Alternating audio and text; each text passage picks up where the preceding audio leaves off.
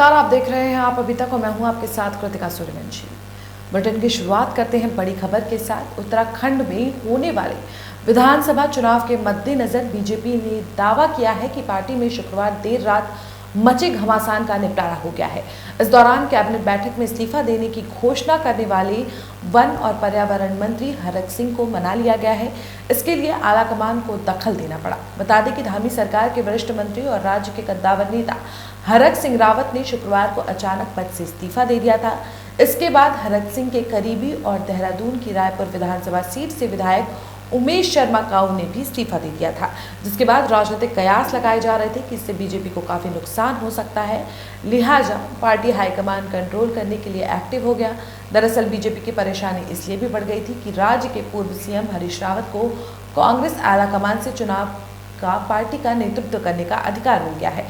सूत्रों के अनुसार रावत पिछले विधानसभा चुनाव से पहले कांग्रेस से बीजेपी में गए विधायकों के संपर्क में लगातार बने हुए हैं। ऐसे में ज्यादातर पुराने कांग्रेसी नेता घर वापसी की तैयारी में जुटे हुए हैं। माना जा रहा है कि हरक सिंह रावत की उत्तराखंड बीजेपी के नेतृत्व से पटरी नहीं बैठ रही थी और हाल ही में उनको वर्कर्स बोर्ड से भी हटा दिया गया था। उत्तराखंड में अगले साल होने वाले विधानसभा चुनाव से पहले कांग्रेस की कार्यप्रणाली पर दुख जता चुके पूर्व मुख्यमंत्री हरीश रावत ने साफ किया है कि आगामी चुनाव जीतने के लिए पार्टी में कुछ सुधार किए जाने जरूरी हैं।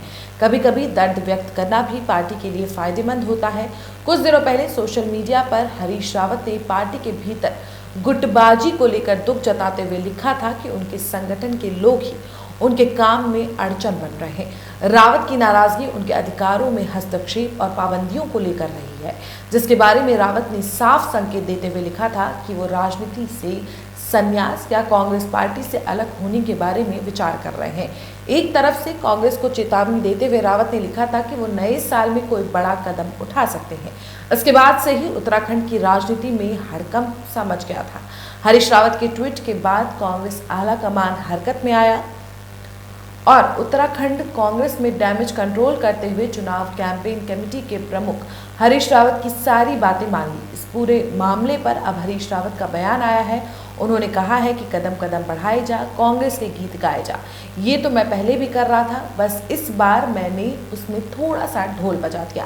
उन्होंने कहा चुनाव जीतने के लिए पार्टी में कुछ सुधार किए जाने जरूरी हैं और मालिक तो AICC है, जैसे BCCI प्रभारी कोच है, मगर जो प्लेइंग कैप्टन है उसकी भी अपनी पोजीशन है। ऐसे में तीनों के बीच एक रिश्ता होना चाहिए, आत्मविश्वास का और समझ का। अगर आप क्रॉस करने की कोशिश करेंगे तो मैच हार जाएंगे।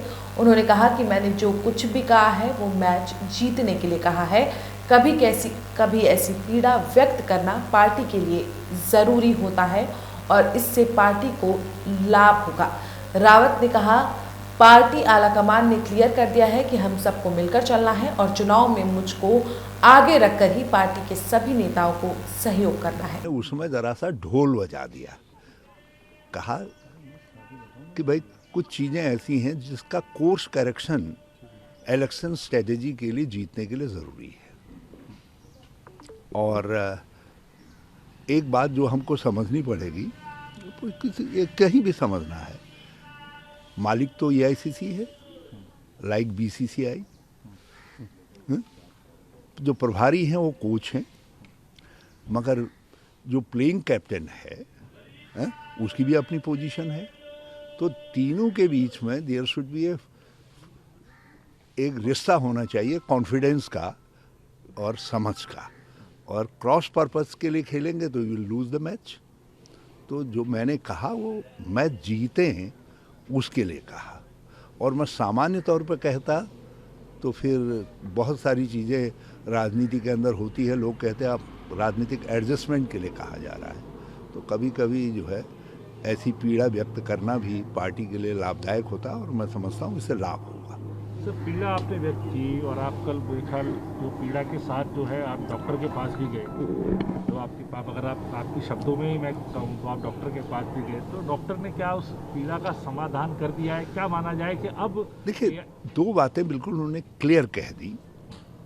एक तो उन्होंने ये क्लियर कर दिया कि हम सबको मिल करके चलना है और चुनाव में मुझको आगे रख करके सबको साथ देना है, साथ काम करना है, सहयोग देना है। हम कहीं भी डिफरेंट डायरेक्शन में अलग अलग काम करते हुए न दिखाई दे। पर्पज एक है, जीतना है, और उस जीतने में जो है आप इनकी बात को महत्व दीजिए, इनके साथ खड़े होइए। ये क्लियर इंडिकेशंस है। उत्तराखंड में विधानसभा चुनाव की अधिसूचना जारी होने से पहले राज्य के सरकारी कर्मचारियों को नए साल में तोहफा मिला है। इस दौरान उत्तराखंड सरकार ने 2.5 लाख कर्मियों और पेंशनदारों का 3% महंगाई भत्ता बढ़ाया गया है। इसके साथ ही कर्मचारियों का डीए बढ़ाकर 31% हो जाएगा। इससे पहले यूपी में भी महंगाई भत्ते में 3% की बढ़ोतरी शासनादेश द्वारा जारी की गई थी। ऐसे में बढ़ा हुआ डीए जुलाई 2021 से देय होगा और ये मौजूदा प्रतिशत 28% से बढ़कर 31% हो जाएगा। हालांकि इससे प्रदेश के 16 लाख से ज़्यादा कर्मचारियों को इसका फायदा मिलेगा। दरअसल राज्य के 2.5 लाख कर्मचारियों और पेंशनरों के डीए में 3% बढ़ोतरी होगी। जहां शुक्रवार को मुख्यमंत्री पुष्कर सिंह धामी की अध्यक्षता में हुई बैठक में 54 प्रस्तावों पर चर्चा हुई। ऐसे में प्रदेश मंत्रिमंडल की बैठक में डीए के प्रस्ताव पर मुहर लग गई। वहीं शैक्षणिक सत्र 2022-23 के लिए राजकीय माध्यमिक विद्यालयों में कक्षा 9 से 12वीं तक पढ़ाई कर रहे सामान्य और पिछड़ी जाति के छात्र छात्राओं को भी मुफ्त पढ़ाई की योजना में शामिल किया जाएगा। उत्तराखंड में होने वाले विधानसभा चुनाव से राज्य की पुष्कर सिंह धामी सरकार ने कई बड़े फैसले कैबिनेट की बैठक में लिए हैं। राज्य सरकार के फैसले के मुताबिक अब सरकारी और सहायता प्राप्त गैर सरकारी स्कूलों में पढ़ने वाले विद्यार्थियों को निःशुल्क जूते और स्कूल बैग दिए जाएंगे। ये पैसा स्कूलों के खातों में आएगा और बैंक खातों में डीबीटी के माध्यम से दिया जाएगा। वहीं 10वीं, 12वीं और डिग्री कॉलेजों के सभी छात्रों को उनके बैंक खातों में डीबीटी के माध्यम से मुफ्त टैबलेट का पैसा ट्रांसफर करने का फैसला किया गया है। वहीं राज्य सरकार ने सरकारी कर्मचारी के डीए में 3% इजाफा करने का भी फैसला किया है। राज्य में चुनाव अगले कुछ महीनों में होने हैं और चुनाव की अधिसूचना अगले महीने की शुरुआत में लागू हो सकती है। लिहाजा राज्य सरकार जल्द से जल्द फैसले ले रही है। वहीं देहरादून के सचिवालय में शुक्रवार रात को हुई कैबिनेट की बैठक में 54 से अधिक फैसले लिए गए। राज्य के कैबिनेट मंत्री और सरकार के प्रवक्ता सुबोध उनियाल ने कैबिनेट के फैसलों की जानकारी दी और कहा कि प्रदेश सरकार के 2 लाख से अधिक कर्मचारियों के डीए में 3% की वृद्धि करने की मंजूरी दी गई है। वहीं सरकारी स्कूलों के 10वीं और 12वीं कक्षा के करीब 1.59 लाख छात्रों को मुफ्त टैबलेट के लिए उनके खातों में पैसा दिया जाएगा, जबकि टैबलेट के लिए 12,000 दिए जाएंगे। इसके लिए 100.90 करोड़ रुपए खर्च किए जाएंगे। उन्होंने बताया कि टैबलेट की राशि सरकारी डिग्री कॉलेजों के 1.05 लाख छात्रों के खातों में दी जाएगी और इस पर 382.82 करोड़ रुपए खर्च किए जाएंगे। उत्तराखंड के चंपावत जिले के सूखीखांग इंटर कॉलेज में मिड डे मील तैयार करने को लेकर चल रहे विवाद में नया मोड़ आ गया है और अब स्कूल के दलित छात्रों ने सवर्ण के हाथ से बना खाना खाने से मना कर दिया है। हालांकि पहले सवर्ण वर्ग के छात्रों ने दलित के हाथ से बना खाना खाने से मना कर दिया था। फिलहाल इस मामले में ताजा विवाद सामने आया है और इसमें अनुसूचित जाति के छात्रों ने सवर्ण जाति की भोजन माता द्वारा तैयार भोजन का बहिष्कार कर दिया है। छात्रों का कहना है कि जब सामान्य छात्र अनुसूचित जाति के भोजन माता द्वारा तैयार भोजन नहीं खा सकते तो फिर हम भी उच्च जाति के भोजन माता द्वारा तैयार भोजन नहीं खाएंगे। फिलहाल राज्य में मामला सामने आने के बाद सीएम पुष्कर सिंह धामी ने इसके आदेश दिए हैं। जानकारी के मुताबिक स्कूल के प्रधानाचार्य प्रेम सिंह ने ब्लॉक शिक्षा अधिकारी को लिखे पत्र में जानकारी दी है और कहा है कि शुक्रवार को कक्षा 6 से 8 के कुल 58 बच्चे जीआईसी सूखीखांग पहुंचे और जब बच्चों को मध्याह्न भोजन के लिए बुलाया गया तो अनुसूचित जाति वर्ग के बच्चों ने उच्च जाति की मां द्वारा तैयार भोजन खाने से मना कर दिया। हालांकि बच्चों को शिक्षकों ने समझाया, लेकिन एससी के सभी 23 बच्चों ने शुक्रवार को भोजन का बहिष्कार कर दिया। वहीं राज्य के चंपावत जिले में ये मामला सामने आने के बाद राज्य के मुख्यमंत्री पुष्कर सिंह धामी ने डीआईजी कुमाऊं नीलेश आनंद भरड़े को मौके पर ही भोजन माता प्रकरण की जांच के निर्देश दिए हैं।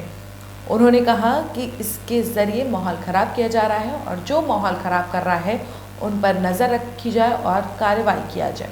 बताइए बेटा, क्या प्रॉब्लम थी आपको? क्यों किया बेटा मना घर वालों ने? अभी किस लिए? हमारे यहाँ सबको देवता आता है ना, तो अभी देवता आता है तो मतलब खाना नहीं खाना है? देवता आता है तो बेटा ये तो आज भी खाना नहीं खाना चाहिए आपने। क्या हुआ था बेटा? सर 80 की महिला पका रही थी सर, तब हम कैसे खा सकते हैं सर हम। और वहाँ पर जब ये प्रस्ताव दिया गया तो लोगों ने कहा, गांव के लोग बोले कि भाई ऐसा है कि साहब यहाँ एक तलाकशुदा महिला है और उनका कर दीजिए जी। तो इसके बाद में भाई हम लोगों ने कहा कि साहब उनका हम जो नियमानुसार नहीं फंस रहा है जी। नियमानुसार जो आ रहा है हमने उनका प्रस्ताव दिया है। अगर ये आपको करना है तो एसएमसी और जो प्रधानाचार्य जी इस एसएमसी के सचिव हैं वो कर सकते हैं। हम तो केवल फार्मों को जांचा है और प्रस्ताव दिया है जो हमारा जो भी नियमावली है उसके तहत जी। तो आप लोग करिए। तो इसके बाद में सर हमने मंच का संचालन मैं ही कर रहा था और इसके बाद हमने पूरा का पूरा मंच जो था वो श्री विनोद नैथानी जी हैं, यहाँ एक युवा हैं हमारे क्षेत्र के समाज सेवी हैं, उनको दे दिया और हमने कहा आप अपने ग्रामीण और जो बैठक में बात कर लीजिए, लेकिन हम लोग वहीं मौजूद रहे जी। तो जब लोगों से पूछा गया, उन्होंने संचालन करके लोगों को आमंत्रित किया तो लोगों से पूछा कि भाई अपने विचार दीजिए। तो जिन जिन लोगों को आमंत्रित किया हमारे गांव के वर्तमान ग्राम प्रधान श्री दीपक राम जी थे, उनसे पूछा तो उन्होंने कहा भाई नियमावली में जो आ रहा हो उसको कर दीजिए। हमारी तहसील अंतर्गत सूखी ढांग में एक प्रकरण सामने आया है जहां पे स्कूल के बच्चों ने एक जो एससी कम्युनिटी की भोजन माता हैं उनके हाथ से खाना खाने से मना कर दिया था। इस विषय पर शिक्षा विभाग द्वारा अपने जो उनके उच्च अधिकारी हैं उन्होंने कल एक एसएमसी की ओपन बैठक वहां पर करी गई है उनके द्वारा। इसके पूरे दो एस्पेक्ट हैं। एक है कि जो भोजन माता की नियुक्ति थी उसमें कुछ अनियमितताएं तो नहीं थी, और दूसरा कि क्या जो एससी जो भोजन माता हैं उनका जो अन्य बच्चों ने खाना खाने से मना कर दिया था। जो इसका पहला पहलू है जिसमें कि रिक्रूटमेंट की बात है, वो जो नियमानुसार है वो डिपार्टमेंट अपनी कार्रवाई कर रहा है। जहाँ तक जो दूसरा विषय है उस पर जिलाधिकारी महोदय ने निर्देश दिए हैं कि वहाँ पर एक कॉन्फिडेंस बिल्डिंग की ड्राइव चलाई जाएगी जिसमें कि पूरी ग्राम सभा के लोगों को बुलाया जाएगा और उन लोगों को ये समझाया जाएगा कि ये जो चीज़ें हैं वो गलत हैं और किसी तरीके से इस जो इशू है उसे रिजॉल्व कराया जाएगा। मेरे साथ इस बुलेटिन में इतना ही। देश और दुनिया की तमाम बड़ी खबरों के लिए देखते रहिए आप।